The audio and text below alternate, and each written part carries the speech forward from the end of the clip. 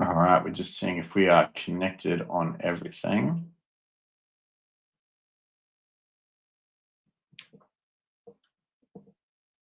All right, so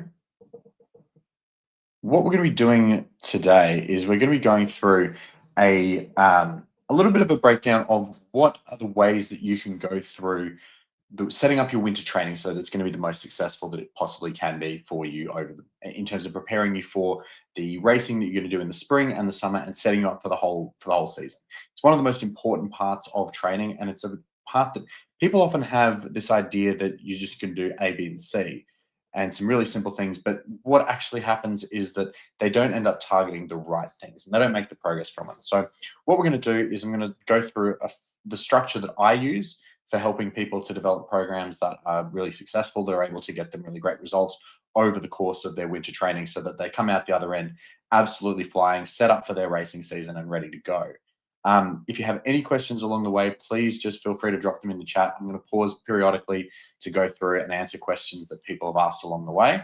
And so I don't want to just wait to the end. If you've got questions, if there's things that you'd like to ask about, just drop them in and we'll get to them as we go through rather than waiting till the end.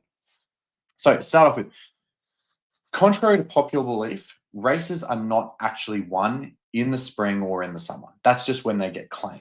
And so what do I mean by that? Well, it's very difficult to get dramatically fitter over the course of a month or two, unless you're coming from a very, very low base. And so once racing starts, that process almost becomes impossible because you're not only limited by the training that you can do, it's also the issue that you're racing every few weeks, you're tapering, you're traveling, you're recovering.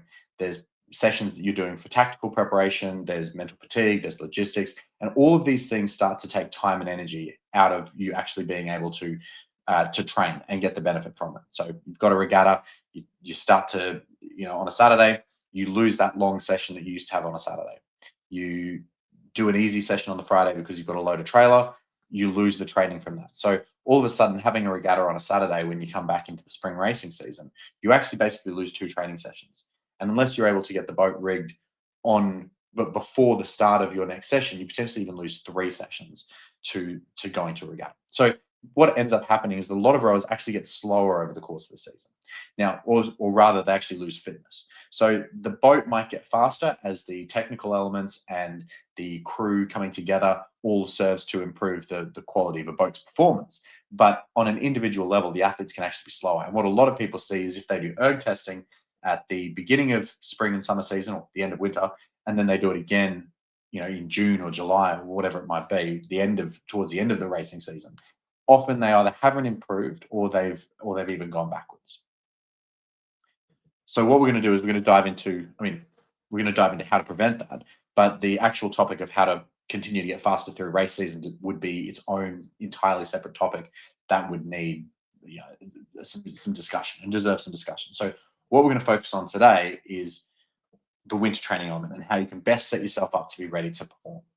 And it's difficult, maybe even impossible, to get fitter once that sprint season actually begins, or from March. And so the real question then becomes, where in your season are you actually going to get fitter? Where are you going to build the engine that's going to support your performance when it comes to racing? And the answer, and what this is all about, is the winter. It's about winter training. So winter training is where you build the engine that is going to power you through your entire spring and summer racing season. So it's where you create the foundations that are going to allow you to sharpen later. It's about banking performance capacity while you have the opportunity to train really, really well. So before I explain why winter training is this most important fitness window in your season, let's just start by defining what I actually mean by it, because I appreciate that some of the people watching this are going to be in the Northern Hemisphere, some are going to be in the Southern Hemisphere. For some people, the docks come out in October. For others, you might be rowing right through the new year, even if it is actually winter.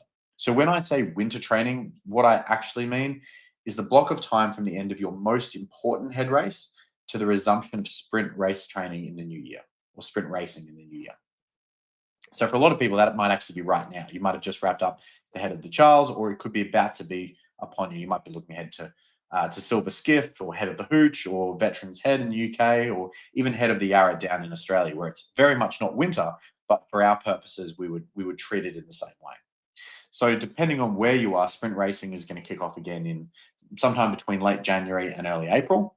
So we're talking about a window that, depending on where you are and what you're working towards, could be anywhere from 8 to 16 weeks long. So from a pure training perspective, this is the most impactful period of your entire year. So why is winter training the most important part of the season? Well, it comes down to three main things, and that's physiology, focus, and freedom. So in terms of physiology, which is where we should start, your body only adapts when two things happen. So you either have consistent training stress and you also have enough recovery to absorb it. So if you don't have one of those two things, you're not going to make physiological improvements from training. If you don't do enough stress, your body has nothing to recover from. If you don't give it enough recovery, it never gets to the point of actually adapting to the training. It just tries to survive. So during racing season, that balance becomes really difficult to hit because even if you're doing a lot of higher intensity training with race preparation and all of this type of thing, the reality is that you have lost a lot of volume and you've lost a lot of the opportunity for steady state training that you might have been doing, for instance, in winter. And on top of that, you've got travel, you've got the impact of regattas. You might be in the sun all day for 8 or 10 hours, and that has an impact on your body. It has an impact on your body's ability to recover, to be able to adapt to training, because even though it's not coming from training, the impact of that still takes energy and resources of your body to be able to recover from. In winter, on the other hand, that script is basically flipped because you finally actually have the consistency without events, with no tapering, no interruptions, and no big fatigue spikes where you might have really summer training camps and things like that. You don't have any of those elements that are going to impact your ability to train in a really sustainable and consistent way, which means you get to string together week after week after week of uninterrupted, high quality work. And that's where the magic can really happen. So physiologically, the body responds best to sustained sub-maximal stress. So not just being flogged all of the time. It responds best when you can do a large volume or a relatively large volume, because not everyone's going to have the luxury of time, um, to develop the aerobic work, to build that base in a way that your body can continually recover from, which also gives you the opportunity to make meaningful improvement in the areas of strength training, to build muscle mass, but also to actually get physically stronger. So you're literally putting deposits into your physiological account that you get to then draw on for the whole rest of the year. And the reality that most rowers never really internalize is that your aerobic capacity, your base engine, actually changes quite slowly. You don't double its performance in a month. You build it in layers over time, and winter is essentially the point of the season where you actually have the bandwidth to do that. So the second reason I mentioned before was focus. So in winter, because you're not trying to prepare for a specific race, you're not chasing results. You're not thinking about what the split's going to be on the testing ergo next week. You're not worrying about a regatta schedule or seat racing or trying to make sure that you're in a particular crew. It frees you up to focus purely on training quality. So yes, I mean, in terms of quality, I mean things like technique and stuff like that, but that should be a given all year round. That's not really specific to it. What I mean is that you can take pressure off the output and focus, or on the result, and focus more on the process. So you can actually fix the issues that you might have, whether it's in your physiology or in your in your setup, so that you can address weaknesses and come out of the winter not just fitter, but actually stronger in the areas that potentially may have been preventing you from being as fast as you normally would or otherwise could be. So whereas when you try and change technique mid-season, you have all of these other elements that prevent you from being able to spend enough time working on the particular thing that is going to make the biggest difference. So the third thing I mentioned there as well was freedom. So what I mean by freedom is both mentally and physically. Winter is basically the one chance in the year to be able to step off that worrying about performance, step off that performance treadmill, for lack of a better phrase, and rebuild the training around you. So you can focus on your goals, on your recovery, because you're not having to get up and perform. If you need a deload, you can take a deload. You can add in high quality strength training. You can adjust your volume. You can focus on building durability instead of chasing performance, because doing all of these things in a consistent way is actually going to deliver a much better performance a bit later on. And particularly for masters athletes, you've got real lives, you've got jobs, you've got families, and in winter, all of those things are still there, But by removing that looming stress of racing, you actually get the opportunity to train in a more consistent way than when you're trying to fit in a regatta every weekend and things like that. So through physiology, focus, and freedom, this is the reason why winter training is the engine room of your entire season. So the way that we'll unpack this is with what I call the 3D training framework. So it's to diagnose, design, and deliver. So just before we jump into that, I just wanted to make sure that if people have jumped in a little bit late, we're going to be going through a couple of um, uh, processes next. There are some links in the caption to these resources. So obviously, don't go and look at them now, but you can refer back to them later. So if you want to go and find about some of the testing stuff that we're about to talk about, or the analysis tools, things like that, you're going to be able to find those in the caption. So feel free to jump in and grab those if you need to have a look at them.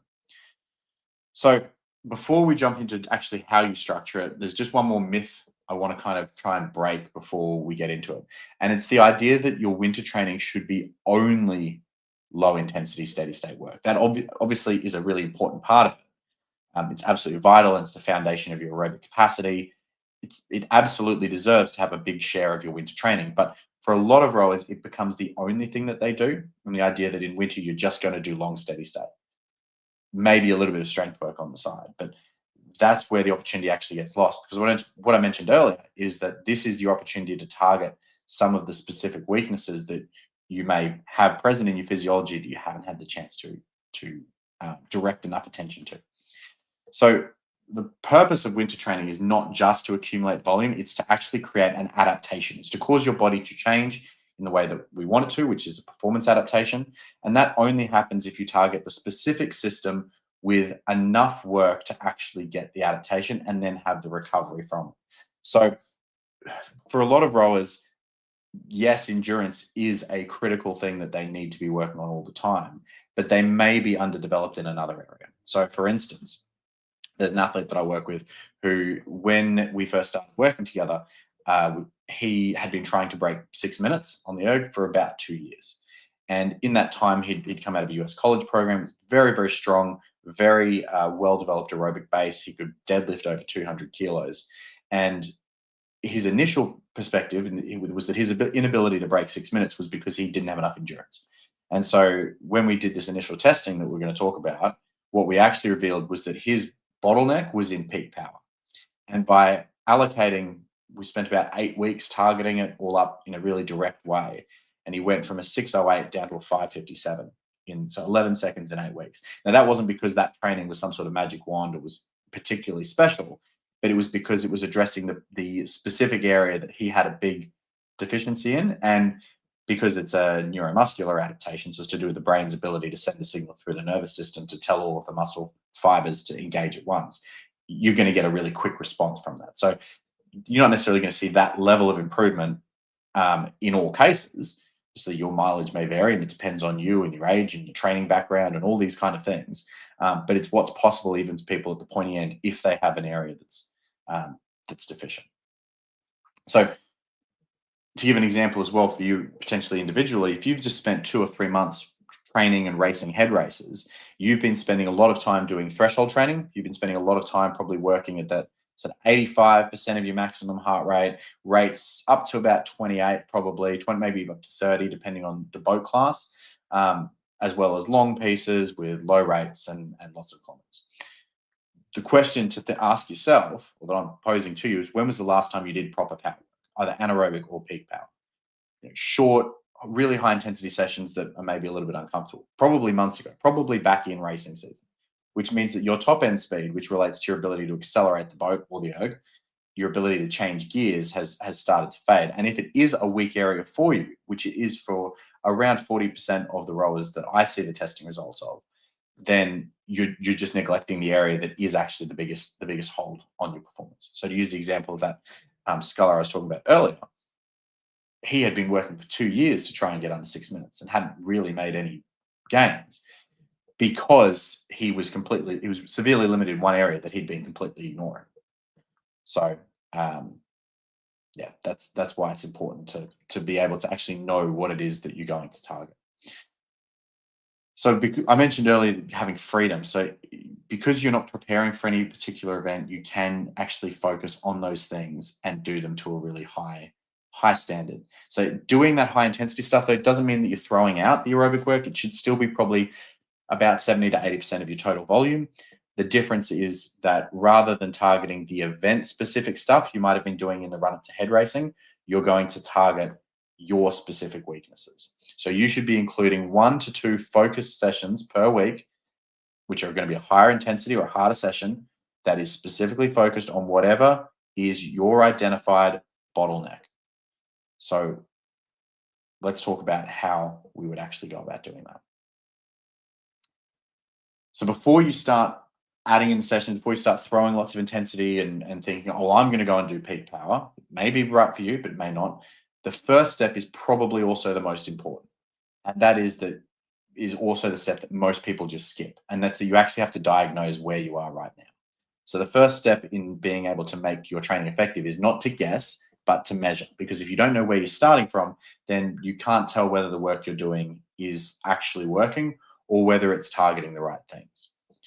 So often people will go by feel, I think I'm getting fitter or I felt strong this week. And that's fine in the short term. And maybe it's going to help you know when you need deloads and that type of thing.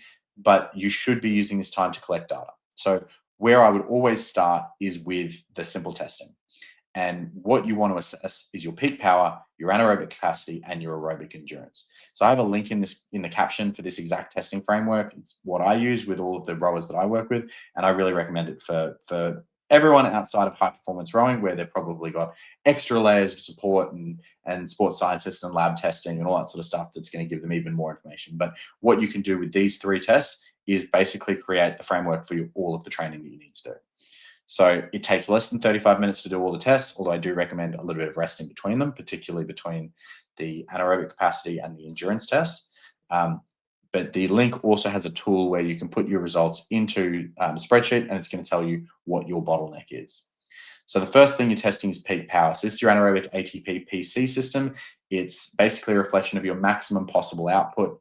This is what sets the ceiling on your performance, and basically, no matter how fit you are, you can never exceed your maximum power. Your maximum is your maximum. The bigger it is, so let's say we go back a step. Let's say that hypothetically, during a 2,000 meter race or 2,000 meter ergo, you operate at approximately 50% of your max watts. If your max watts is bigger, 50% is now a bigger raw number as well. So this is where even sometimes training peak power, if it's deficient, can actually lead performance in aerobic or 2K is considered to be about 80% aerobic. Can even lead performance in aerobic based activities as well. So the test that I use is a 7-stroke max.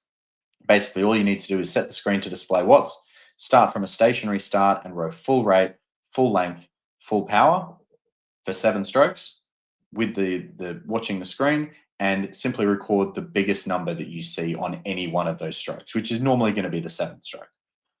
You have to be pretty unusual to get it earlier than that, but not impossible. The second test that you're going to do is the anaerobic, to test your anaerobic lactic system. So this is what we use to produce energy from after the first 10 to 15 seconds up to, it's still very prominent up to 2 minutes, but it's definitely the primary source of energy up to about 60 seconds. And so it plays a really big role in racing, generally considered to be about 20% of the energy output in 2K racing, and estimated anywhere up to maybe 40% in 1K. That's the high end of the estimates that I've seen. It's very difficult to ascertain exactly what percentage it is, and it's going to vary by the individual as well. But it does play a really big role in racing. So the test we would do for this is a 60-second max. Again, start from stationary with the screen set to display watts, row as hard and as fast as possible for 60 seconds, record the average watts from that piece. You can do this test after about a 5-minute rest from the first test, so you can do them in the same session. I do recommend a rest from this one to the next test, but if you have to do them on the same day, if you can give yourself 2 hours, or at least, I would do no less than 40 minutes. But if you can give yourself 2 hours plus, then you're probably going to be fine to do them a bit closer together or on the same day. So for this test, is to assess your aerobic endurance, which basically is your maximum sustainable effort is what we're assessing. So it does encompass the low intensity work when we talk about the aerobic system, but this test is more focused, I guess, on the harder sustained work. And I like to use the 30-minute rate 20. There's a couple of reasons for this. One is that it's a pretty common test that most people have done at some point in school or club rowing. They may have already done it recently, which means that they don't have to do an extra test, which is always nice. And it's actually a great training session in its own right. It's effectively an anaerobic threshold session, really good quality training. And so it gives us good information about your aerobic system. It gives us good information about your anaerobic threshold and is good training. So it's a great one to include anyway. Again, just record the average watts so that we can use that in that tool that, again, there's a link for in the caption. So once you've done these tests, you can input those results into that analysis tool. It's going to tell you what your bottleneck is. And from there, you can start to allocate your sessions. So once you know what your bottleneck is, you can start to build your winter training plan around fixing that specifically. So what we're going to do now that we have your testing results is we're going to create a personalized blueprint for your winter training. So, and as a rower, that's really important because your physiology, your schedule, your goals, and your recovery are going to look different to someone else's. So following a preset program that is the same for everyone is, by its nature, is going to pick winners and losers. So if you're following that, you might be lucky, you might be one of the selected winners, or it might be that you do lots of really hard work and don't really see as much improvement as you would like to because you're not targeting the things that are going to make the biggest difference to you. So if you can train based on your own data, even if we're just using this simple framework that is really effective, you're going to see more progress in the 12 weeks of winter than most people are going to get in 12 months of trying to guess their way through it. And to go back to that earlier example, in 8 weeks, we were able to help that gentleman take 11 seconds off his time, whereas he had been stuck at about that point for 2 years. I think his PR at that point was 6:05. So he was slightly slower than that when we started. So I guess even if you say 8 seconds from his PR in 8 weeks, that's someone who was already close to that 6-minute mark. So everyone's obviously, your mileage is going to vary, but with the athletes that I work with, generally in the first 12 weeks, unless they're at a really low base or a really high base, the average is about 4 split points over the first 12 weeks. So that just gives you a bit of an idea of what's possible when you really focus on specific targets. So diagnose first, then you're able to design something that is accurate and specific. And that's what brings us to the next step in the framework, which is the second D, which is design, how to actually build a program that's going to work for you. So before we jump into that, we just got a question in the chat, which we'll just answer quickly. So when considering your own winter program, is it less important to know your racing season ahead, but more important to look at you as an individual and work with a generalist approach for winter? So I would say over the winter, it's, unless you are in an environment where you are doing head races all through the winter, which I appreciate for people in the UK may very well be the case. But for most of the world, head racing tends to finish by the end of November. I would definitely, over that time period, what I'm suggesting you do is that you take the approach of developing your specific characteristics, or developing your bottlenecks, because that's going to allow you to come out of winter in the best possible position. It may not, now, if you're racing a really important head race in the middle of that winter block, you're probably not doing the best possible preparation for that event because you're trying to do what is best for developing you as an athlete in the context of the season. And that's where there's actually an important consideration with programming, which is that you have to start with your priority. And priority comes from the Latin meaning before all else. So you can't have multiple priorities. You can't have 4 priorities. You can only have one. And so if that head race in the middle of your winter season is your priority for the season, then you should be preparing for that. But if it's not, if your priority is in the spring or in the summer, then you should look to do this training that is helping you to develop as an athlete so that you can best perform when it comes time for that priority event. When doing the testing, peak power or 30-minute rate 20, how many times should you do them to learn how to better perform the test to get actual results? Great question. With the peak power testing, I recommend that you do it at least 3 times. You can, with about a 3-minute rest in between each. So the 7-stroke test is very much non-fatiguing. You can do it over and over for a while without seeing a noticeable decline in performance within that session. So I would suggest there's probably going to be a learning effect I'd probably do it at least 3 times, probably up to 5. Beyond 5, you're probably going to find that you're not necessarily um, giving you a result that is different enough to change any of the results. Um, then what I would be focusing on is just getting to that 5 if you want to be really confident about it. And then you can have, again, a 5-minute rest, which is enough time to allow your body to replenish ATP and the phosphocreatine stores inside your muscles, which is what's used in the ATP PC system, which is then going to allow you to actually to replicate your maximum output again. So that 5 minutes rest from the last test until you start the 60-second. For the 30-minute and the 60-second, you will get better over time through training, sure. But the physical cost of it, you can't necessarily just keep repeating them. So if you try and do the 60-second over and back to back, you're probably not going to get better and better because your body's got excess lactate that's going to take time to clear out. Over time with training, you'll see improvement in those tests, which is going to be a combination of fitness improvement, but also the kind of the neuromuscular element of being able to do those types of things better. But that is still real improvement. So in the same way that when you lift weights and you might, let's say you squat 60 kilos this week and next week you can squat 65, you haven't gained the equivalent of 5 extra kilos lifting capacity of muscle. There is a neuromuscular element where your body has gotten better at recruiting the muscle fibers to be able to actually do that lift. And there's an element of that in the testing as well. But it is still a real improvement, and training it is still going to see you develop and get faster in those areas. All right, can I still succeed at rowing while being 184 centimeters tall? Yes, you definitely can. Even for male athletes, there have been Olympic gold medalists who were in the 170s. So off the top of my head, I'm pretty sure it's Stephen Hawkins of the Hawkins Anthony double that won the 1992 Olympic men's double scull. I think he was 177 centimeters tall. So yes, you definitely can succeed at 184. If during testing the athlete identifies that their mindset during the testing is a limiting factor, how do you approach that, e.g. a lack of confidence during the 30-minute RAID 20? Okay, so this is a really good question as well. So with the specific example of the 30-minute RAID 20, the way that I would be suggesting someone to do it is that first you just need to get a number on the score, on the board, and I would probably retest earlier for that athlete. I'd probably retest within 3 weeks rather than 6 to 8 weeks so that they can have some of that learning effect that was asked about earlier.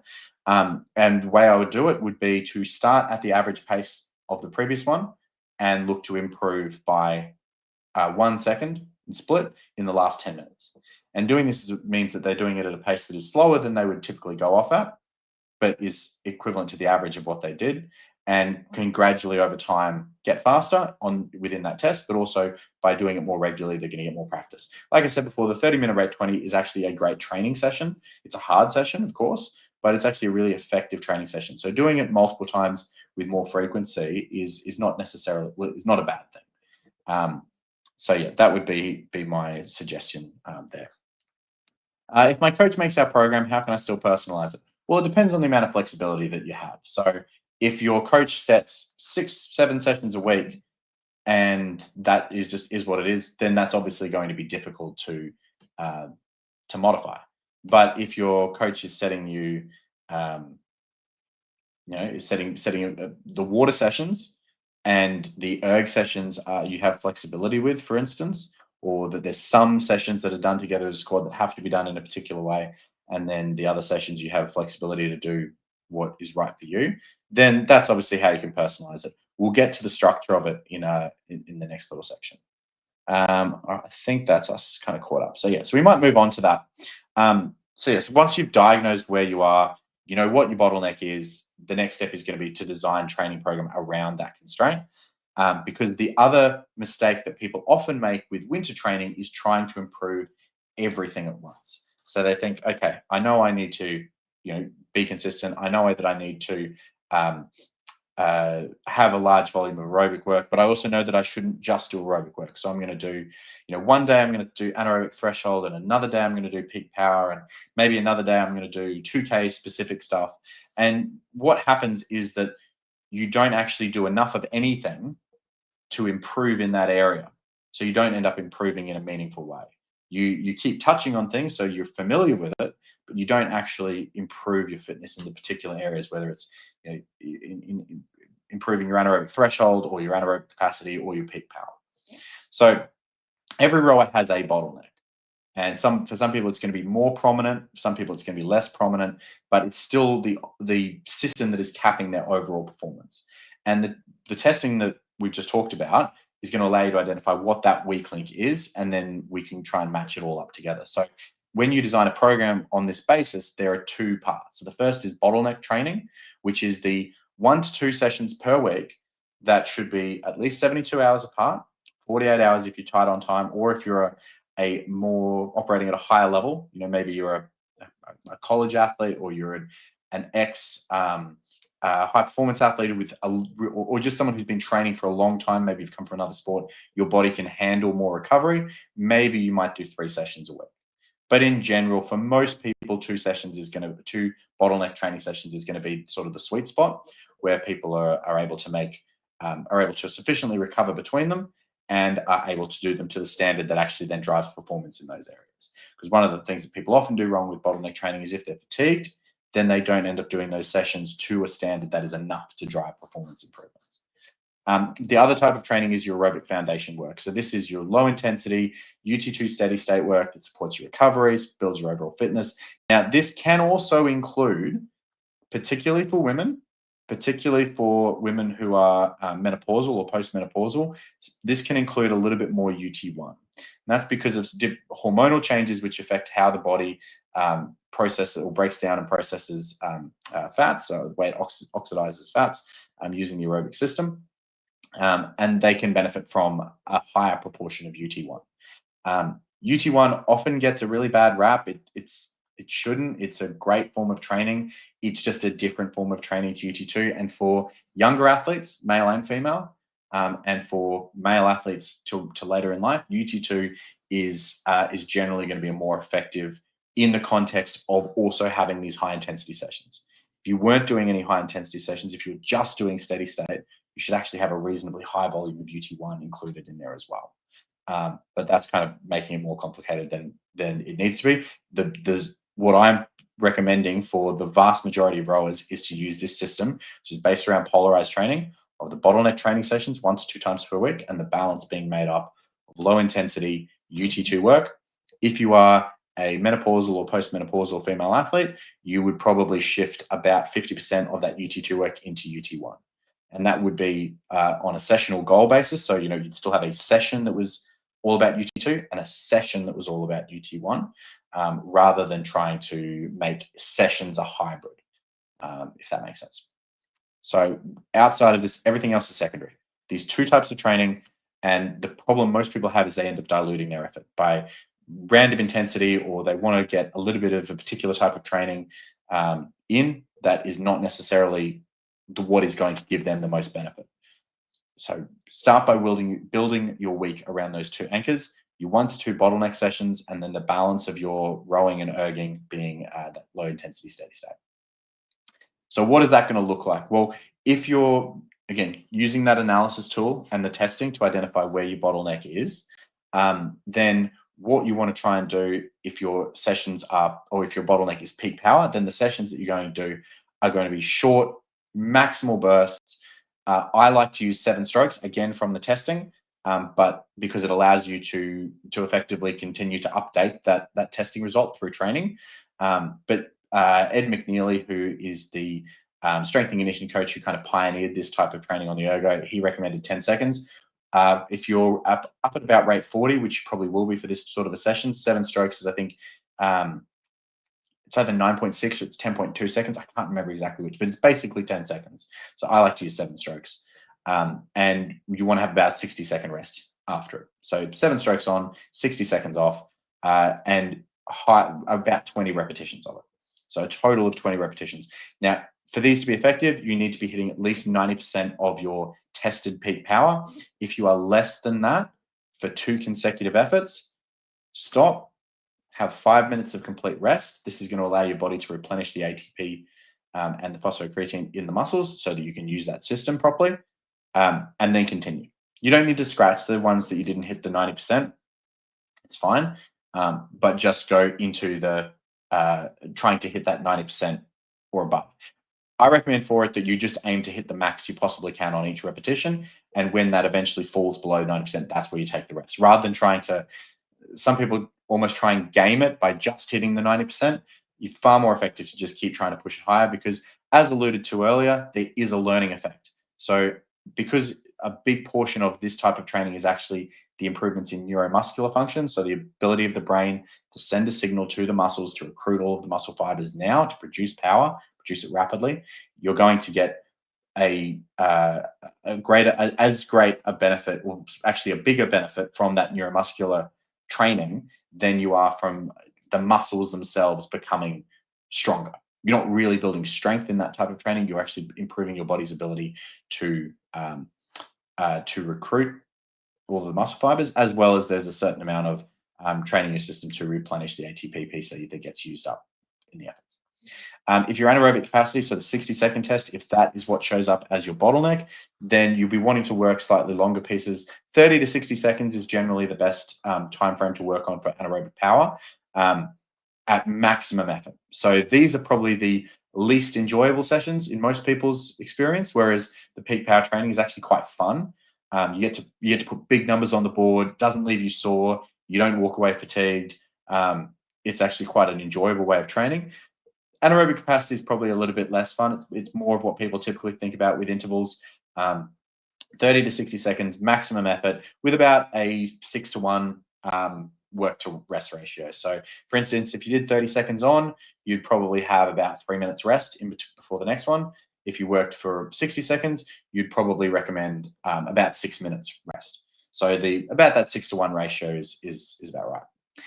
And then if your bottleneck was aerobic, then you're going to be wanting to include more of that threshold training through the winter. So this may have been what you were already doing as part of the preparation for head racing, but these are the sessions that are going to be pushing you to your upper limit of what your kind of maximum sustained output is. So this is things like, 3 or 4 by 2,000 meters at 22, 24, 26. It might be things where you're doing sessions based on 5K pace for a total of between 20 to 40 minutes of total working time. And the intervals could be anywhere from generally, sometimes they're as low as sort of 4-ish minutes. That's unusual. It can be part of it. Usually it's going to be between sort of 8 to 20 minutes per interval.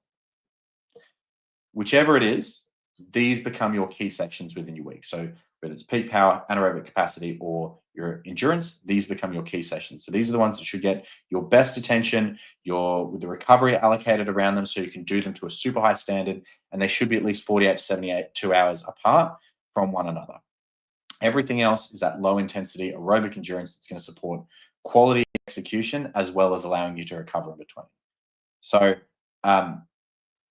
with setting those sessions, your total time, I'm a big advocate for UT2 training using heart rate, and that's because when you shift from UT2 into UT1 training, your body moves from primarily using fats as the fuel source to primarily using carbohydrate, and that's a different mechanism that your body goes through to break those down for energy. So they're still aerobic, but the mechanisms your body is using is actually quite different between glycolysis, which is how you break down carbohydrate, and fat oxidation. So I'm a big advocate for heart rate training to make sure you are in correct UT2 zone if that is the purpose of the session. Time in zone, between 40 to 80 minutes is what you're looking for. So if you are not very well trained, if you're newer to rowing, if you're just a less experienced athlete, you can see improvements in UT2 training even as short as 20 minutes. But that rapidly starts to drop off as you become fitter. So 40 to 80 minutes is kind of a good sweet spot. I like to use about 60 minutes for the vast majority of athletes because it's long enough to be able to see a meaningful improvement. It's still short enough to be both time efficient and mentally you can stay in it. I would prefer someone to be able to do 60 minutes on a regular basis rather than trying to do 90 minutes in zone in one go. There's also research around instances of lower back pain, and the primary predictors of lower back pain in rowers. Number one was a previous lower back injury, kind of makes sense. The other one was continuous bouts on the ergo of greater than 40 minutes in a continuous go. So that's why I like to try and break it into maybe 3 by 20, 3 by 2 by 30, that type of thing. But the other one as well was total time on the erg, and crucially for people going into winter, a big increase in total volume all at once had a really high correlation with instances of lower back pain. So that's why I like around the 60-minute mark. It's quite sustainable on a year-round basis. It's going to give you really good results for the vast majority of people. Now, if you want to know what your training zone should be, there is also a link in the caption for a training zone calculator. Again, you can download that, and you pop in your maximum and your resting heart rates. It's going to tell you what your training zones are going to be. And if you've got a relatively recent 2K or 1K, it's also going to tell you what splits are likely to be correct for each of those training zones for you. Now, just on that one, if you're using that, I would absolutely go by heart rate for UT2. These splits are usually pretty accurate, but there's a bit of a range with them for the UT2 because it's to do. I'm not going to go into really deep into the nitty gritty of how training zones are developed in this video. I have actually got another live video on YouTube if you do want to go and watch me talk about that and how training zones are developed. But it's essentially, if you are not yet efficient at the first lactic threshold, your UT2 splits will be slower than you think they should be. But if you stick to it, you will see a rapid improvement in your UT2 splits, which is then going to be having them reflect more in line with what you'd expect from the other sources or from the other training zones. So then what we want to try and do is fit that into a real week. So what does this look like for an average person who, let's say that they row 3 times during the week and a Saturday, and they erg 1 to 2 times a week, depending on their availability. Some people are going to be less, some people are more, but around that 5 to 6 session mark. So what you'd be looking at, I would be looking at for 3 weeks, doing 2 hard sessions, potentially on, say, a Monday and a Thursday, or a Tuesday and a Friday, or a Wednesday and a Saturday. So you've got that gap in between them. And then all of your other sessions being UT2. Now, if you were as I mentioned before, menopausal or perimenopausal, what you might look at doing might be, for instance, let's take a Monday, Thursday for the hard sessions, just for sake of argument. You might have rest day on a Sunday, hard session on a Monday, UT2 on the Tuesday, UT1 on the Wednesday, because it can actually be a really good preparation sort of session into your next hard session. Do your second bottleneck session on Thursday, and then UT2 on Friday and Saturday. So that'd be a 6-day-a-week program, and with a rest day on Sunday. That's how I would. That's the kind of thing I would do to structure it. But with that said, what I would look at doing as well is having a think about, if you are in a club environment, if you are rowing certain sessions in crew boats, or you've got a club erg day or something like that, where you're going to be doing stuff with everyone else, and you know that they're going to be hard sessions, I would make sure that you factor that in for your recovery. So you might still want to try and fit in 2 bottleneck sessions per week for yourself, but I would make sure that those sessions were 48 hours away from that hard session that you're going to do within a squad environment. So yeah, that's how I would take that sort of thing into account. So I wouldn't just ignore it. I would absolutely consider it as part of your overall load. So I mentioned you can do that for 3 weeks, and then on the 4th week would be a planned deload. So if you've been doing this throughout the period, you've been following these targeted sessions, then you're probably starting to accumulate a little bit of fatigue.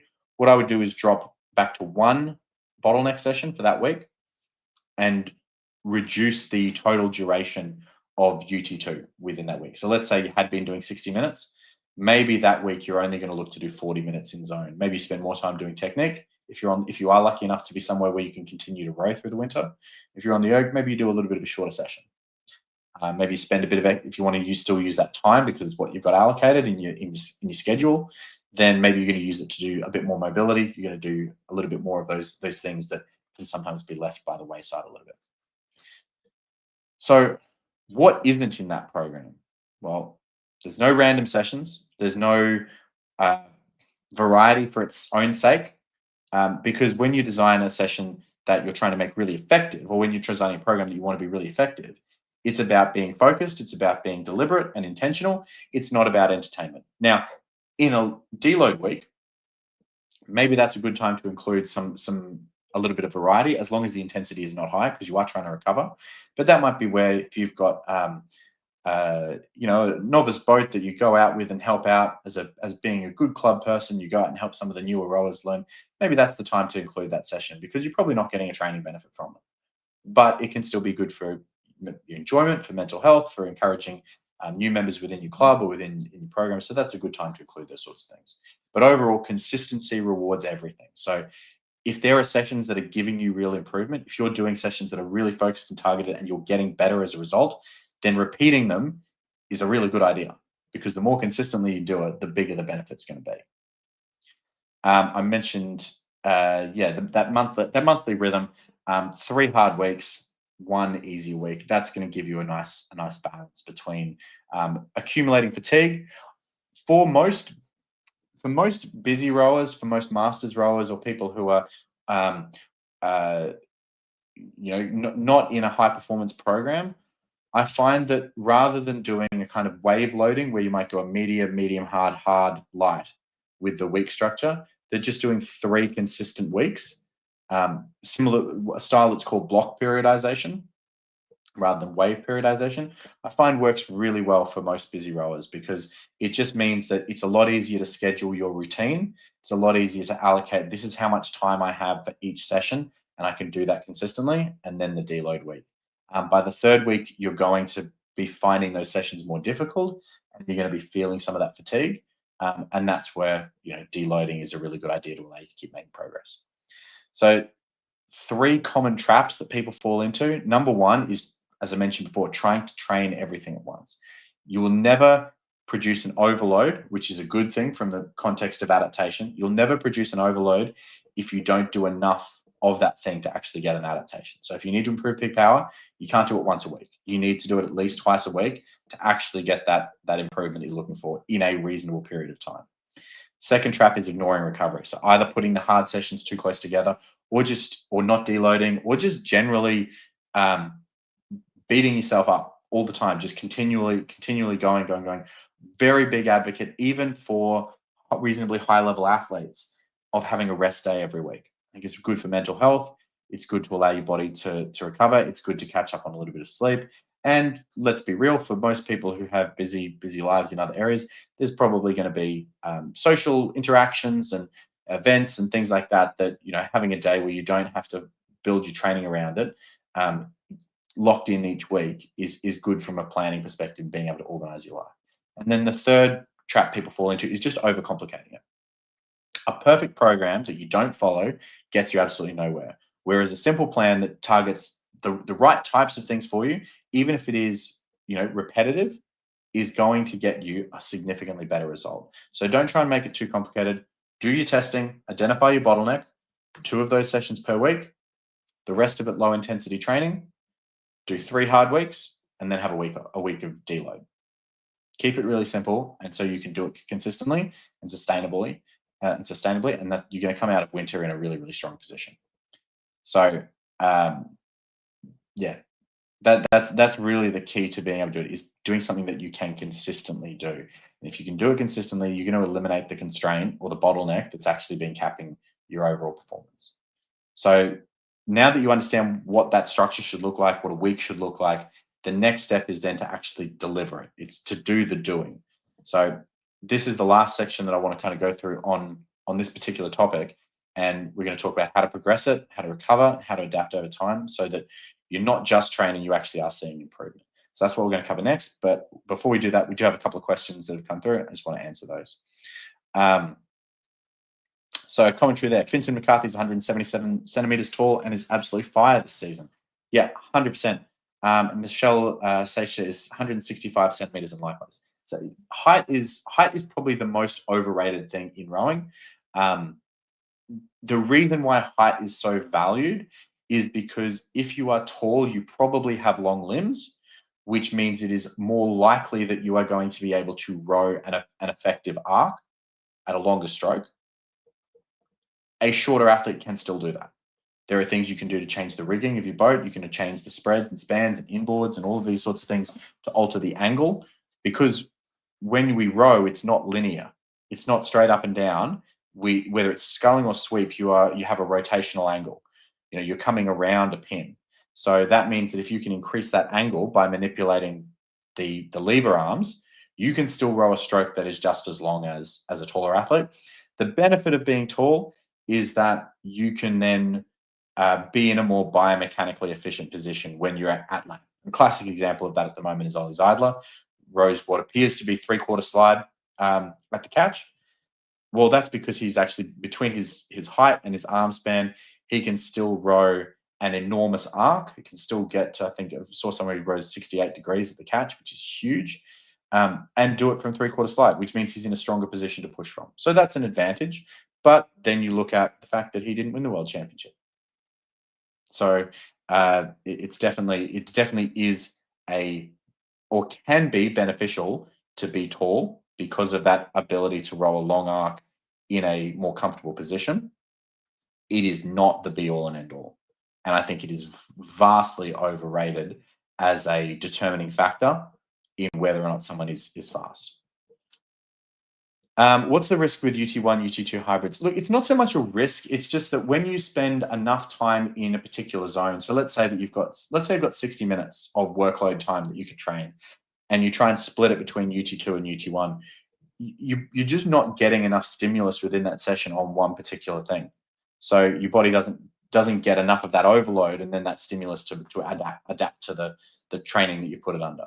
Whereas when you do a UT2 session and then a UT1 session as separate sessions, you spend more time in that particular zone, more time using those particular mechanisms for the body to produce energy in that way, and it gets better and better at doing that. It gets more of a stimulus and then it adapts to that stimulus.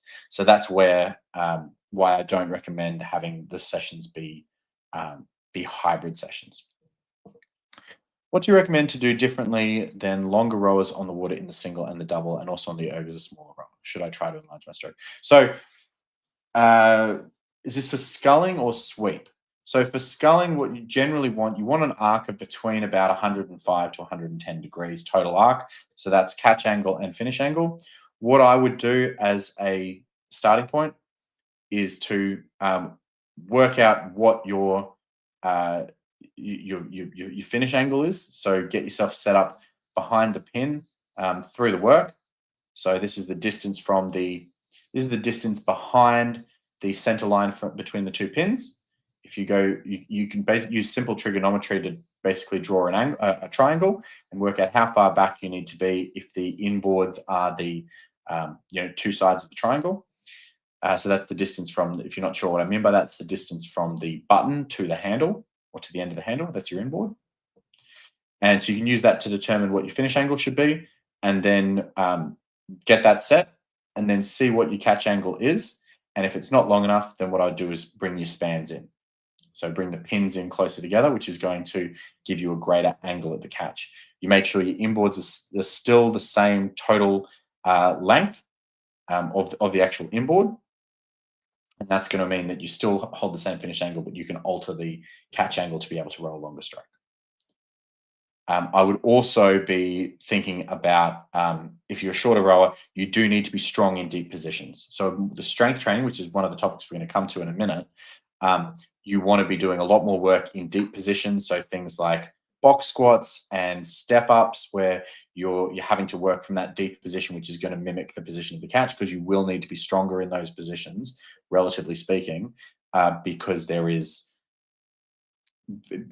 you can't be in a more biomechanically efficient position like a taller rower can. You don't get that same luxury. So that's the I guess that's the trade-off, But it's certainly not it is not, I want to be really clear, it is not the be all and end all. Okay, let's jump back in and move on to the next section. So this is where we're talking about how to actually design, you've designed your training program around your bottleneck, and this is where you actually have to do it. And this is where most rowers often lose their progress, because not because the plan was wrong, but because they don't just stick to doing it on a consistent basis.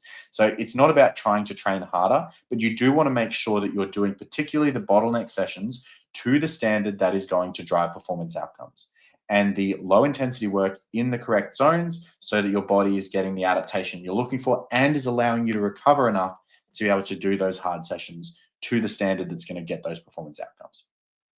So some of the things that people often, kind of neglect as well is that you need to do that recovery. It will allow that recovery time between those hard sessions. So something I see occasionally is someone will miss a hard session, for instance, that life happens, and they go, cool, well, I'm going to move it 2 days later because I've got a time free there. I normally have Sundays off. I'm going to do that session on Sunday now because instead of Thursday, to use our earlier example, and that way I'll still get it in this week. The problem is then they roll into the next week and they go Sunday to Monday, consecutive hard sessions, and they start to reduce the quality of those sessions because they're fatigued. So that's one of the common mistakes people make.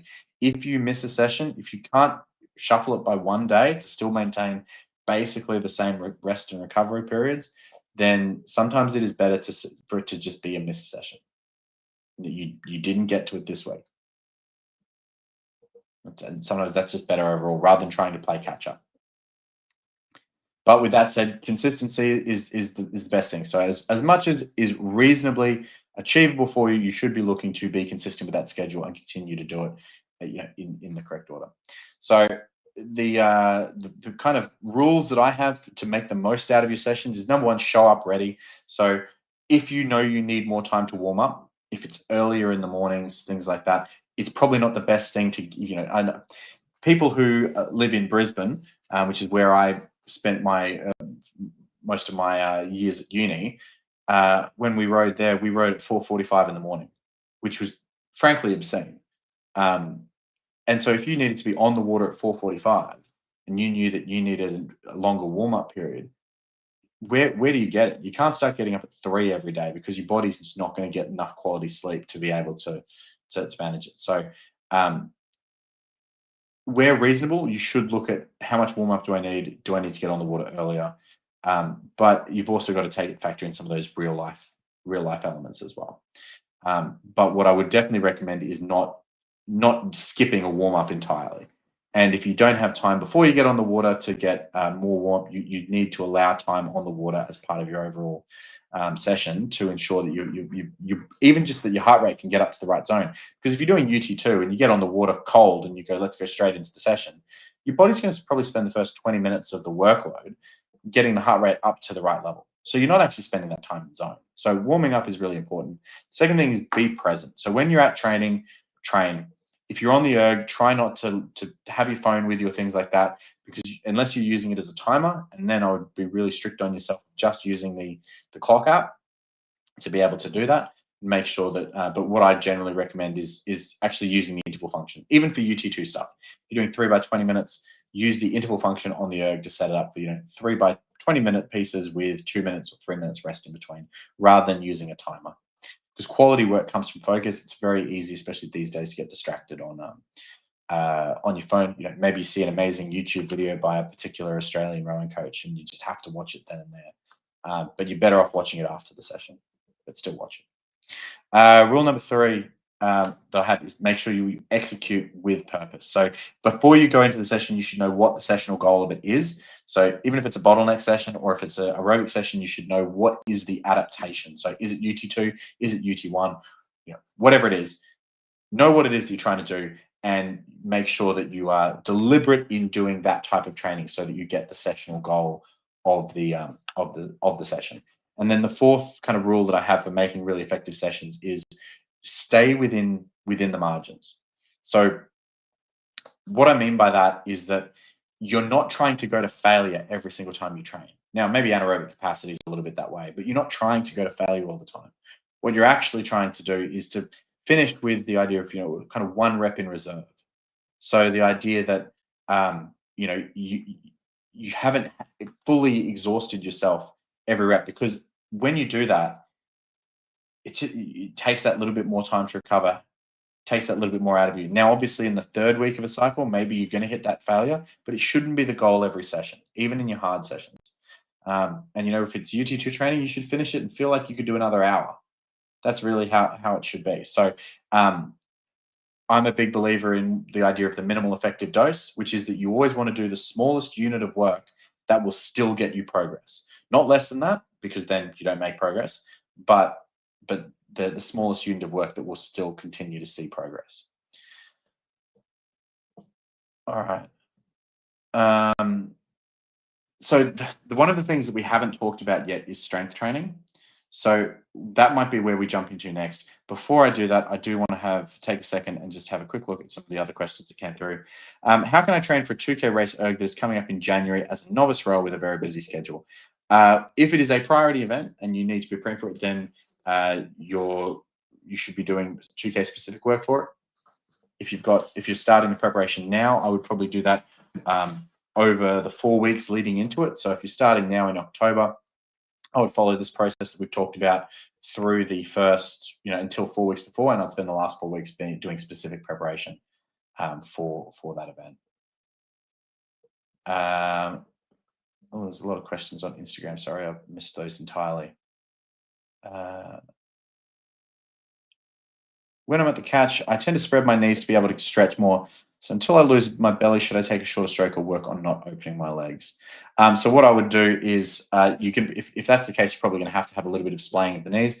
I would drop your feet down, which is going to allow you to get more rotation from the hips, and that's going to give you more angle and allow you to still row a reasonably long stroke or a longer stroke. Do I have a better chance to be a good rower if I can run well? Maybe. I mean, there's a lot of people who are good runners who aren't good rowers for a variety of reasons. But yeah, there's not necessarily a correlation. It's not going to be a negative. If you're more aerobically fit, then that's always going to be a good thing. But it's not necessarily, it doesn't necessarily correlate in a direct way. How can you split up a rate capped 5K test? Obviously, can't build rating at the end. So for things like that, I'm a big advocate for do the first half at the average pace you completed the previous one at. And then if you have the capacity to, you can accelerate then in the second half. So negative splitting, I find is a really good way to be able to structure a test so that you can continue to get faster over the course of it. Why do I use weakness-based training blocks instead of classic periodization, high to low volume, low to high intensity? I see yours a lot in rowing, but the other one in other sports. So the reason for that is because we're never stopping training aerobic base. We never stop developing that key aerobic element, even when you're doing weakness-based training. What can happen is if you have something that is a bottleneck, if it is a constraint on your performance, it can act as a brake on the entire system. In other sports, depending on their nature, they can be a little bit more specific. So they might be really, to use an example, like, road cycling is much more aerobic than rowing is because of the duration. It's a much longer race. Rowing sits in a slightly awkward place within the kind of makeup of endurance sports in that it is a power endurance sport, and it probably has more in common with 800-meter running from energy demands than almost any other sport. There's obviously a lot of crossover with other things, cycling because of the local muscular endurance in the legs, because of the high aerobic base required for competitive cycling. There's a lot of crossover.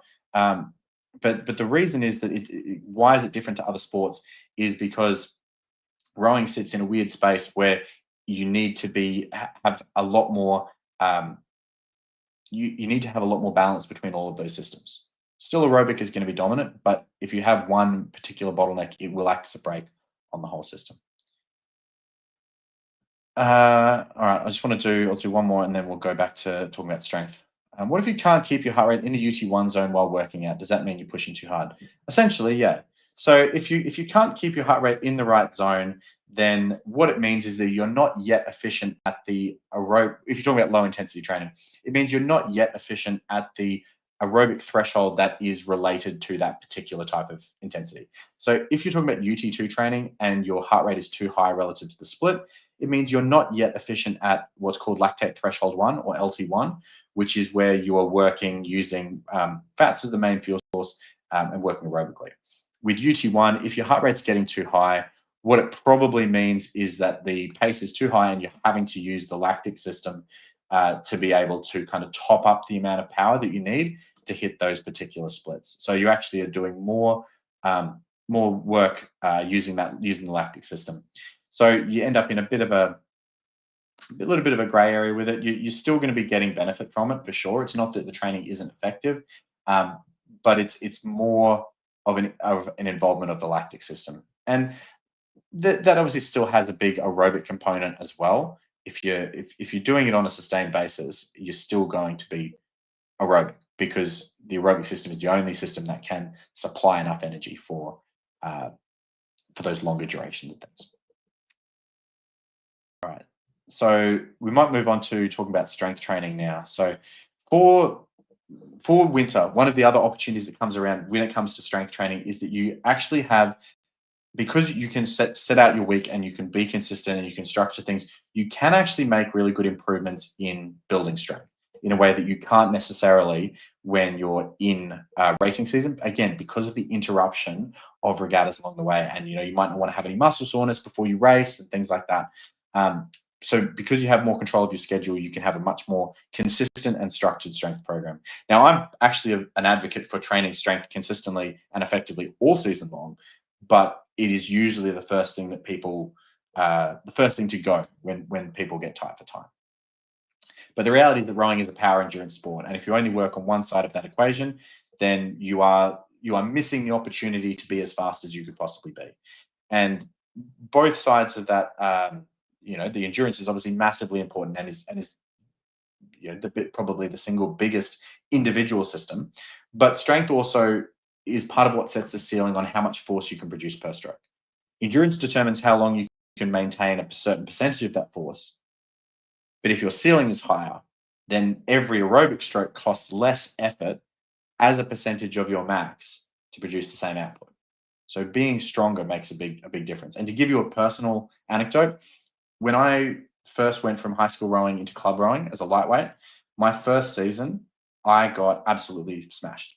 I was back of the squad, with high performance squad, but I struggled to keep up with everyone.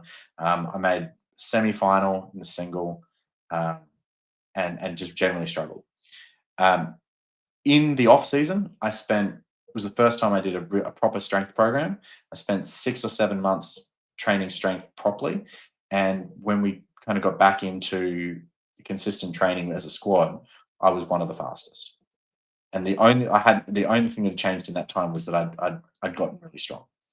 But I did better on my low intensity splits. They were faster because it was a smaller percentage of my maximum effort to be able to produce that number. So strength is really valuable, and if you haven't developed it, if you haven't trained strength well in the past, you can see really big improvements over the course of 6 to 12 months. So that's not just limited to winter training. I advocate for it all year long, but often it's the first thing that people give away. Now, this said, you don't need to be a powerlifter. You don't need to be able to squat 2 times your body weight and be above or beyond like probably 1.3 times body weight. You're going to start to see some pretty severe diminishing returns in terms of how that increase in strength actually translates to boat speed. And you don't want to train like a bodybuilder. You're not looking to train muscle groups. You should be looking to train movements, because that's one of the key things of being able to take general physical preparation, which is what we use to talk about, preparing athletes for performance. You want to train movements because that's actually what's going to have the best transfer and in terms of building general proficiency. So the goal of the winter training generally for strength training is going to be to build, number one, durability. So I actually think this is the most important purpose of strength training, is that it allows you to handle the workload of more volume, more intensity, etc., because your body is more robust and less prone to injury. One of my favorite quotes is that the best form of ability is availability. And that's a big part of what strength and conditioning should be for. The other areas, obviously, is to become more powerful or become stronger and more powerful, but also to become more mobile. So a lot of strength training is actually going to help improve your range of motion, because of the extra resistances. It can actually force you to go through a greater range of motion and become strong in some of those areas that you're weak. Because mobility is not flexibility. Mobility is not the length of your muscle, which is what flexibility and static stretching is about. Mobility is your capacity to move through a range of motion around a joint. And being stronger allows you to move through a range of motion around a joint more effectively. So strength training is really, really good for developing mobility as well. So what I recommend for most people, and there's going to be exceptions, but for most people, 2 sessions per week is going to be the sweet spot. So this is enough for you to be able to make progress. It's not so much that it's going to eat into your capacity to still target your bottlenecks and build good aerobic capacity if you're short on time. And if you're coming from a lower base, that's going to be heaps of stimulus. And if you're coming from a higher base, then you potentially already starting to approach the levels of diminishing returns. But more importantly, you are still going to be able to hit squat movement, a deadlift movement, as well as pulls and presses, at least twice a week. So compared to, for instance, 4 sessions per week with an upper lower split, which I think is for most rowers is a really unnecessary use of time. Because in those sessions, you don't end up, in those sessions, the idea of having a dedicated upper or lower session is so that you can overload that particular set of muscles. But you then only get to train it twice a week anyway. You are going to be sorer, which is then going to impact on your other training sessions. And you actually don't need a dedicated lower body session to build lower body strength unless you are quite an advanced lifter. So if you do a full body session, you could do the same amount of meaningful work for yourself in 2 sessions, not be as sore, so you're less impacted on your other training, and you've only had to use 2 sessions. So you've saved, if you're busy, if you're short on time, full body training is absolutely the way to go. And for most athletes, that's going to be the most effective because we're also focusing, as I said before, on movements. So if you do a squat, some people would say, oh, it's a lower body exercise, or it is a quad exercise, or it's a glute exercise. It is a squat exercise. You are getting better at the movement of the squat, which is knee extension and hip extension. As an athlete, that is the thing you're actually developing. You're developing better knee extension and hip extension, which is relevant in a rowing context because that's exactly what you do through the dry phase. From the catch position, you have knee extension and then you have hip extension. So that's why focusing on movement is to me is the key thing with constructing sessions. In my mind, every session should have 2 parts, sometimes a third, but always have 2 parts. So one is movement mechanics. So this is where you'd include your injury prehab, some stuff that's going to help you to be able to activate muscles that are, maybe you're not good at activating or not good at firing. It's going to help prime you for your main lifts that you do in the session. And it's going to allow you to work a bit on stability and things like that as well. This then acts as the warm-up. So you can spend 5 minutes or so on a bike or treadmill or erg to get your heart rate up a little bit, but then go straight into movement mechanics. So generally, these are things that are going to be around glute activation, anti-rotation, so things like a pale-off press, or if you don't have any equipment, a side plank with a reach through would be an anti-rotational exercise. It's going to be exercises that help you with breathing and bracing, like dead bugs and bird dogs. It's going to be things that are going to help you with scapular positioning. So you might do scap push-ups or scap pull-ups or scap inverted rows, things like that. They're going to help you with that shoulder positioning and activation of the muscles around the shoulder capsule. And then the second section is strength. Second section is going to be strength. So this is the part where you're going to do your primary lifts. And as I said, I would focus on movement patterns. So squat movement, hinge movement, pull, press, and then probably a unilateral movement. So an example session might be something really simple like a back squat. That's your squat movement. A dumbbell incline bench press. That's your pressing movement. A pull-up. That's your pulling movement. A Romanian deadlift. That's your hinge movement. And then you might do on one day, you might do a split squat. So you've got an extra lower body, but it's a unilateral lower body. And on the other day, you might have a dumbbell one-arm row. So again, unilateral movement. So there's a little bit of body balance going on there, but is still focused around getting your core movements in. But this whole thing, that's very simple. It's very focused. It's very repeatable. The way that I would manage progression is, so what I'm a big fan of is that your first week you do a little bit less sets or sets and reps. So classic example of, let's say that a classic program is like a 3x10. Week 1, you might do 2x10. This allows you to learn any new movements that you've got in the program. Week 2, you go to 3x10. So the progressive overload is adding a set. So you've increased the total volume. And then week 3, you might then go to 3x8. So you reduce the total volume. But when you do that, you increase the weight a little bit. So you still overload it, you still progress it with the weight increase. Then week 4, you'd go still 3x8, but you might increase the weight a little bit further. Then you'd move to your next program, your next 4-week program. And when you do that, week 1 effectively acts as the deload again, because you're going to have one less set of what the majority of the program looks like. And then that process can repeat. So during the winter, let's say you've got 12 weeks as an ideal kind of scenario. You're going to literally the season of winter, you've got December, January, February. Then what I would recommend for most athletes, is that your first phase is an adaptation phase. So it's going to be 8 to 10 reps or 8 to 12 reps, kind of hypertrophy sort of focus, 5 to 6 strength exercises that are, again, focused around those movement patterns. Then for 4 weeks. Next 4 weeks is a general strength program. So you're going to probably do the same exercises, but drop the sets and reps down to 6 reps, say in 2x6, 3x6, 3x4, 3x4, instead of the 10s down to the 8s from that previous example. And you're going to increase the weight. So that's going to be more of a strength focus for the next 4 weeks. Then you're going to go back to a hypertrophy phase, or you're going to do another general strength phase, depending on sort of where you are and what your main goals are.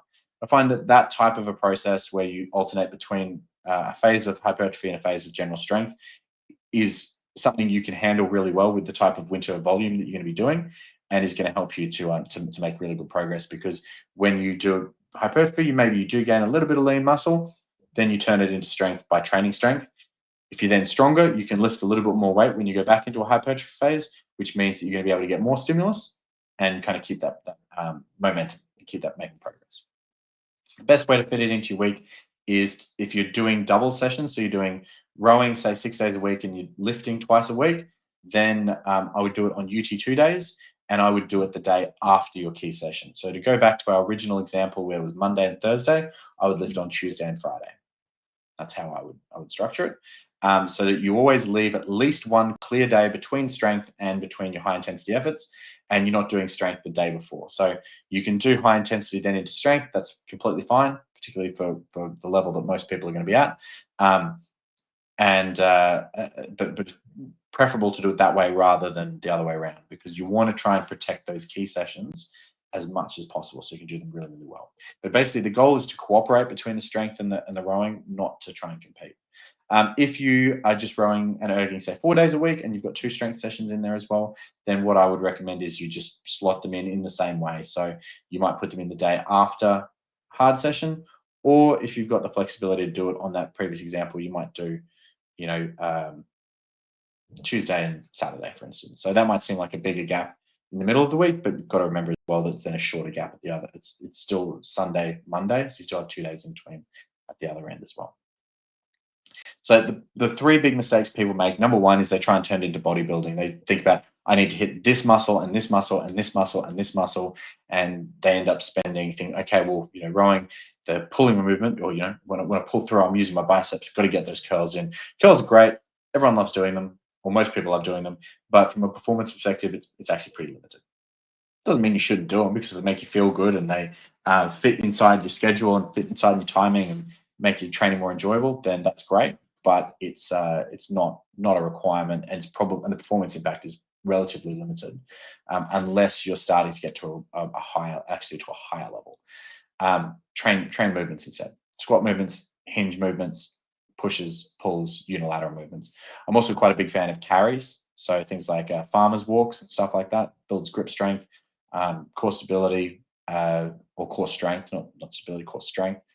You've got to resist the urge for it to pull you over. So there's a little bit of strengthening through the glutes and the lower back as well. It's and generally it's going to give you a good overall system training. So it trains the whole system. It's really good exercise. The second mistake is people just going too heavy too soon. If you're not used to weights, you haven't been doing it consistently, you think I'm into winter, right, into the weights, and you try and go to failure from the beginning, then number one, if you haven't done weights for a while, you are going to hurt really, really badly and potentially spend 4 or 5 days where you can barely walk and it impacts your training and you don't want to go back to the gym because it really hurt. So if you haven't been to the gym for a while because you've just been rowing, reintroduce it slowly. Do it very light to begin with, like the first week, both 2 sessions, very, very light. Expect to be sore. Deal with it. It'll go away. But if you don't overload it in those sessions, the soreness will pass much faster. The other thing is that you actually want to build strength over time. So you don't need to be going to failure. 1 to 2 reps in reserve is really the ideal amount. That's going to allow you to get enough of a stimulus to continue to make improvement, but you're going to be able to recover from it really well. You're going to have a little bit of soreness, but not tons of soreness the next day, so you can still train properly in all of your other sessions. And then the other mistake people make, which is kind of linked to the same thing, is focusing on weight and not movement. So when let's use a squat as an example, you're going to get far more benefit for rowing from getting into a full 90-degree squat and then controlling the movement in the bottom part and controlling the movement back out than you are by putting an extra 20 kilos on and doing a shallow squat where you don't have control of the movement. So one of the easiest ways you can make strength training more difficult in a positive way, if you don't have a lot of weight, is to increase the tempo. So you might be able to squat quite a lot, but if I got you to do a bodyweight squat and I told you had to take 5 seconds down, pause for 5 seconds at the bottom, and then take 5 seconds to get back up, you'd probably find it pretty challenging, even just with body weight. You can take that same principle to any kind of exercise. If you increase the tempo, you will increase the amount of tension on the muscle and the amount of work that you have to do, make it more challenging without making it heavier. This is really good for masters athletes because you can get more stimulus safely, and it's also really good for less experienced lifters in general. So maybe junior athletes who are looking to build some strength but aren't necessarily really confident with putting a lot of weight on a bar and lifting it yet. That can be another way of still getting great stimulus, but making it a little bit safer and a little bit less intimidating as well. So to recap, strength work is really important because it raises the ceiling of your overall performance. It requires less of a percentage of your maximum force per stroke to be able to get your desired outcomes. And when it's done well, it should support your rowing, build robustness, as well as other general physical qualities like strength, power, and mobility. The general rule with strength training across all sports is that you're not trying to make it sport specific. You shouldn't be trying to make your weights a replica of your rowing sessions, because if you were, you should just do more rowing or more erging, because you're going to get a more specific transfer from doing that. The purpose of strength training is to develop those general physical qualities like robustness, strength, power, mobility, and then to transfer it into a sport-specific context by doing your rowing. So if you get really, really strong and then you do lots of rowing, you're going to be stronger when you row. If you try and make the weights a replica of 2K racing, you want to do 220 squats because that's how many squats you're going to do or how many leg drives you're going to have in a race, then the load required to do that is going to be so low that you don't actually get a stimulus. You might still get sore, but you're not actually improving your strength at all. So let's try and pull this all together now, because I appreciate this has probably gone on a little bit longer than I'd originally intended. But just to summarize, as I said right at the beginning, races are not won in the spring or in the summer. That's where they get claimed. Where they're actually won is in this period of time that we're about to come into, the winter. This is the most important training block of the season from an overall performance perspective, because it is a little bit quieter, because there is less disruption, sometimes because you might be left on your own devices a little bit more. But it's a time where you can just put in some really consistent work, get some really good quality stuff done, focus on the things that are going to make the biggest difference to you so that you can come out of it in the best possible position to be able to accelerate into your racing season. So with everything that we've talked about today, it's about making sure that it's not about adding more work, it's not about adding more sessions, but it is about trying to take the amount of work you're already doing or the number of sessions you're already doing and make that work more effective so that you can get the most out of your winter season and be able to go as fast as possible when it comes to racing. If that sounds like something that you'd like some help with, then you're welcome to have a look, either DM me, or there will be a link in the caption on YouTube if you want to have a look at my coaching programs. But otherwise, this information is something that you can take and put directly into your own planning to actually build out a program that is specific for you in a really simple way. Do the testing, identify your bottleneck, build your training program around the bottleneck, supported by aerobic work, 2 strength training sessions per week, 3 hard weeks, and then a deload. It's a relatively simple formula. It's a cycle you can repeat. Diagnose it, design it, deliver it, and then I guess in that 3D system, the other D I didn't mention is just to do it again over the duration of the time. Simple, it's powerful, and the reality is that almost nobody actually does it properly because people get distracted by other things. People get distracted by sessions that they have heard about that they just want to give a try, even though it doesn't fit into their training, even though it's maybe not relevant to them. So most people don't actually do the simple things that they know will help them to go faster. So if you can focus on doing those things really well, you're going to get more out of your winter training and you're going to be a faster rower as a result of it. So what I want you to do after this, not necessarily immediately after, because it's about 11:30 p.m. So if you're in Australia, it's probably not the best time to do it. But if you've not already, grab the testing framework. If you're on Instagram or Facebook, DM me the word testing and I will send it across to you. If you're on YouTube, it is in the caption. Go and run the 3 tests, the 7-stroke, 60-second, and 30-minute rate 20. Put your results into the energy systems analysis. Find your bottleneck, build your plan around it, add in the strength training, run that plan for 4 to 8 weeks, track your progress along the way, then retest. And if necessary, your bottleneck may actually change because you may have done enough to actually elicit an improvement in that area. That's it. That's the system. It's not fancy, it's not complicated, but it has worked for me for nearly 20 years with more than 1,300 rowers, and it keeps working. So what we might do now is I'll go through the chat and just see those. I saw there was some more questions that came in. I'll answer those questions, and then that'll be the end of it. So if you do have any questions that have come up, drop them in the chat now, and I'll answer them all before I jump off. So, if you could only train twice a week to maximize your performance, what would you train? What would your training program look like? How would you? Okay, if you could only train twice a week total, then all of this advice that I've spoken about is not actually relevant to you. You need to be able to train. The bare minimum would be 3 times a week to be able to apply this sort of a system. If you're only training twice a week, I would probably row. I would do 2 hard sessions. I'd probably do a HIIT-based program. I'd do them 72 hours apart, and that's probably going to be your best bang for your buck. If you've only got 2 sessions, it's probably what's going to give you the most improvement. Reality is that this system is not really applicable at only 2 sessions a week. If, on the other hand, you have 2 sessions a week to allocate, plus you're doing training in another program, and you've just got 2 sessions you can personalize, what I would do is look at how many hard sessions you're doing in your existing program, and if your recovery can support it, then I would look to include bottleneck sessions. And if you're already doing lots of hard sessions, then you probably actually need more UT2. So that's what I would include. So if you only had 2 sessions a week, that's how I would incorporate it. All right. How can I know if I'm explosive or endurance type athlete in rowing? Do the testing. So as I said, if you're here on Instagram, DM me the word testing. I will, when I get the chance, probably tomorrow my time, I will send you a link to it. Otherwise, I had a post up yesterday about peak power training, but the call to action to that was to comment testing. So if you comment testing on that post, you'll get sent the testing framework. But you do the testing, put that in to the analysis, and it'll tell you what type of athlete you are and where your bottleneck is. Is there a way to watch this video again? Yes, this is going to be put up on YouTube, so you'll be able to go back and refer to it whenever you need to or whenever you would like to.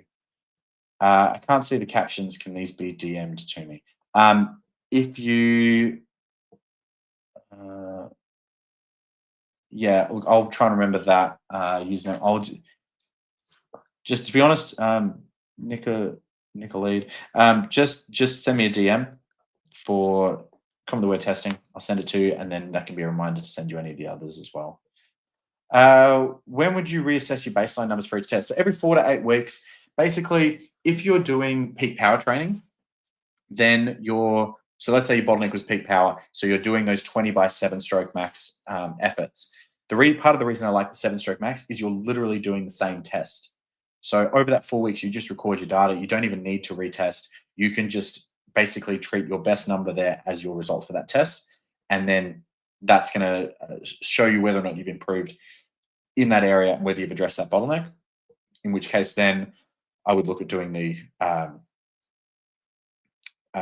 whatever the next bottleneck was for the next block. Or if they were similar, like let's say your peak power was the slowest and your lactic and your aerobic systems were pretty similar, I would redo the tests at the beginning of week 5 and then go from there. If you've been doing aerobic training, I would, as your bottleneck, I would probably wait 6 to 8 weeks before retesting.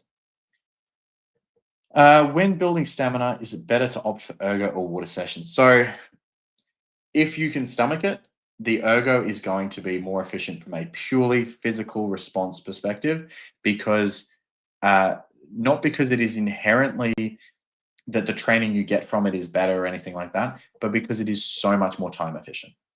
Because if you need to go and do an hour of UT2 and you go down to the water to do it, you've got to, let's say either way, you've got to travel to the same location. Let's say you're over at the boathouse, but you've got to factor in travel. Then you've got to get your oars out. Then you've got to get a boat out. You've got a boat. Then you've got to get out there. Then you've got to find a good stretch. You've got to potentially avoid other river users. You've got to do all of these things that are going to take away from your ability to do the hour consistently. And then at the other end, you've got to come in. You've got to get the boat off. You've got to get the oars out. You've got to wash the boat. You've got to put it all away. To get 60 minutes of work done might take you 2 hours. If you're on the ergo, you can just do 60 minutes. So from a practical perspective, if you're just looking at building stamina, the ergo is going to be better because it's just more time efficient. If time is not an issue for you, then you're probably going to enjoy the water more, and the difference is non-existent.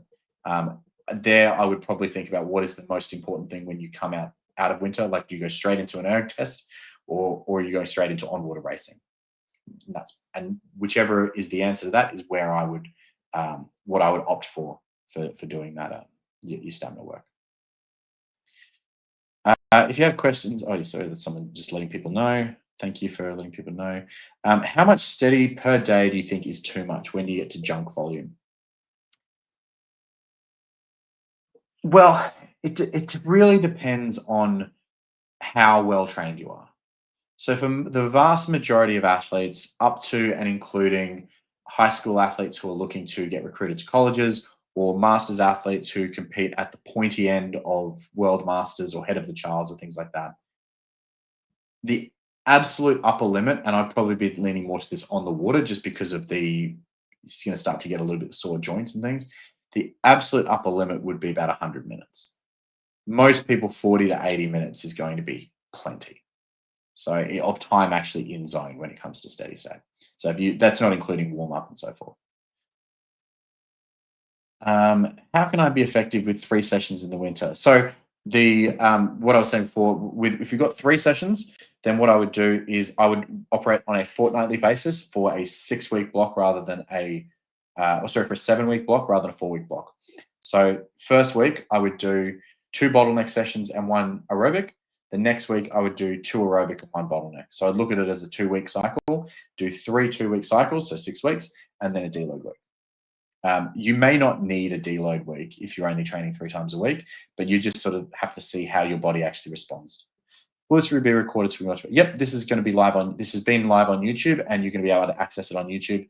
I will post a link to it in my story tomorrow, so that people can access the video. And if you did register for notifications when I go live, you're also going to be emailed a link to that as well. Does that 100 minutes limit still apply split into 2 sessions in 1 day? No, and that's actually a really, really good point, Eli R. Wells. If you can if you have the capacity in your schedule, maybe you're on holidays or it's the weekend or whatever, if you can do like 2 50-minute sessions or 2 60-minute sessions rather than 1 100 or 120-minute session, that is going to be better for you, because the actual act of your body warming up, cooling down, you are going to be able to. There's an increased cost for the body to be able to do that. So it does actually require energy. It still is eliciting a stimulus on that energy system, and then you're going to be able to fully replenish. You're going to be able to eat in between sessions, replace the glycogen that you've lost. Because when you do long aerobic work, eventually your body's going to start to burn up the stored glycogen that you have in your body. That's why cyclists have gels and things like that to keep topping it up. Because when you start to get glycogen depletion, it's not like running out of gas in the car. You can't just put the pump in, fill it full of gas, and then you're fully charged and ready to go. It's more like charging your phone. You plug it in, and it takes ages to get up to full charge. So it's more like that. If you run out of glycogen, you need to have more time. It's going to take you a long time to fully replenish it. So if you can keep 2 sessions and you split them up by 2+ hours, then you're actually going to get a better overall response from that, and your body's going to handle it better. So yeah, really great question. I think I'll just go back to the top because I wasn't checking comments on Instagram at the beginning, so I'll just quickly have a look. What about mindset? How would you motivate athletes to battle mental fatigue, especially if someone dislikes winter training? So the first thing I'd ask there is, what do you mean by dislikes winter training? If you mean that they don't like doing long ergs, then number one is you can break it up into smaller chunks so that they can learn to do low intensity training over a longer period of time. So one of the ways that I often, when I ran school programs, would teach people to be able to be quote unquote bored on the ergo would be to do things like 4 minutes at rate 18 to 20, which is more of a UT1 kind of intensity, with a minute rest.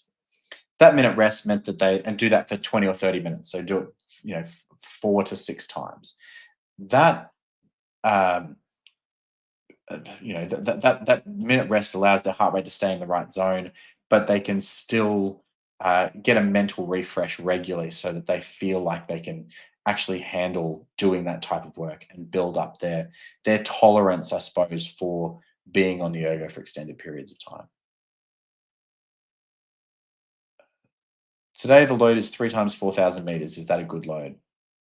What intensity? Yeah, that's probably fine. I'm guessing that is probably like UT1 to UT2 to UT1. I think that's probably going to be fine for you. But again, it depends. There's probably a little bit more context needed there around what the expected intensity of it is and that sort of thing. If it's 4,000 meter max 3 times, that's a pretty tough session. But if anaerobic threshold is what you should be targeting, then that's going to be effective at doing that. I've got a high mileage, high intensity camp next week. What should I do this week as I have the week off? So what I wouldn't do is do nothing. I would probably still row three, 3 to 4 times, but I'd just do low intensity work so that your body can be as well recovered. But when you completely stop training, you actually tend to tighten up and you don't necessarily move all that well, and it can actually cause issues with your lower back and things like that because the glutes get a bit lazy and that sort of stuff. So continuing to train is going to help you to still be able to handle that high load and to be able to go through a high intensity camp. Be really conscious of trying to get as much sleep as you can. That's the biggest thing people lose, particularly if it's a school camp, because you said you're a junior. There's a lot of obviously the team bonding and stuff like that, and people are probably going to want to play up a little bit. That's fine.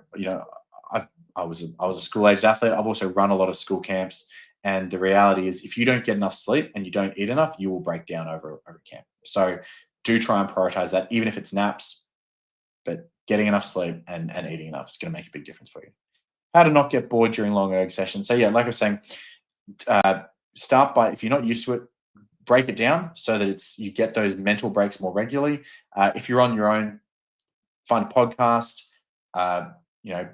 Put books on tape, things like that. I find are better than movies, just because find with movies there's often a lot more kind of ups and downs, and I've actually seen people have heart rate spike because there was like a more action packed part of the movie or whatever. And if you're just trying to stay in zone, it can be a good way to do it. So podcasts are good, but if you're not used to it, if you're not used to being on the erg for a long period of time, and you're like, okay, I'm in winter, I'm going to start doing 80 minutes a day. Yet you're not. You might do it a couple of times, and then you're gonna stop doing it, to be honest. So you're better off building up to it rather than trying to dive straight in. Humans do not like doing things that we don't want to do, and if we do them, we don't do them for long. So build up to it, build your tolerance for it in the same way that you wouldn't expect to physically be able to you wouldn't expect to be able to lift a really heavy weight without doing any training. You shouldn't expect your brain to be able to lift a heavy mental weight of doing really long ergs or long sessions of any type if you haven't built it up to that. Some advice there for us as well. Don't think about it. Yeah, well, that's where like the podcast and things like that can help because if you can distract yourself, then that helps you to not be thinking about how long you've got to go or that it's boring or anything like that because you're listening to a podcast, particularly something you enjoy. Thank you for your valuable input. You're very welcome. A 2K test come up in January. Actually, I think I answered that one earlier. I can see the script. Okay, I think I have caught up on Instagram there, which is great. One more comment here. If your race is a 5K to 15/20K, would you still recommend 2 bottlenecks per week? Yes, but what you probably need to do is the analysis tool that I use there is going to be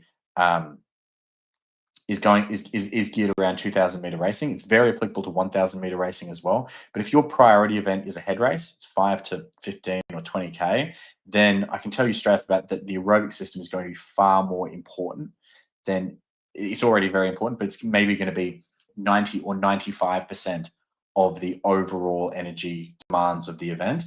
So the bottleneck testing is definitely less applicable. It is likely to be your aerobic system, but I would still take the same approach. But I would just make those bottleneck sessions aerobic hard sessions. So that might be anaerobic threshold training, or depending if you do, if you are weaker in those other areas, then potentially more of like your VO2 max type work. So things like 4 by 4 minutes on at pretty close to 2K pace with 4 or 5 minutes rest in between, things like that. 4 by 1K, 8 by 500s. You might still do some of those sort of classic sessions as your hard session, but I'd still focus on 2 bottleneck sessions a week. Because the principle there is that you want to be able to do those sessions to a standard that allows you to actually drive performance outcomes. And to do that properly, you need to be sufficiently recovered to be able to actually do them. All right, with that, I think I have officially caught up with all of the questions. Thank you so much for joining me. A bit of more of a marathon effort than I expected. Hour and 42 minutes. Thanks to anyone who was here the whole time. Really appreciated it. Hopefully you got plenty out of it. Reminders though on the YouTube caption, there is the link there for the testing protocol. There's the link for the training zone calculator if you want to know how to be in the correct UT2 zone. And if you're interested in my one-to-one coaching program, there's also a link there to find out more about that. And if you're on Instagram, DM me the word testing. If you're interested in the testing framework or the training zone calculator, just put a note in there for it. And if you're interested in coaching services or finding out more about that, DM me coaching. And similarly, I'll send through the information about that probably tomorrow at this stage because it is now 11:45. But thanks very much, guys. Have a awesome day, night, wherever you are. And I hope you make the most of your winter season so that you can row really, really fast when you get into your spring. All right. I'll see you next time.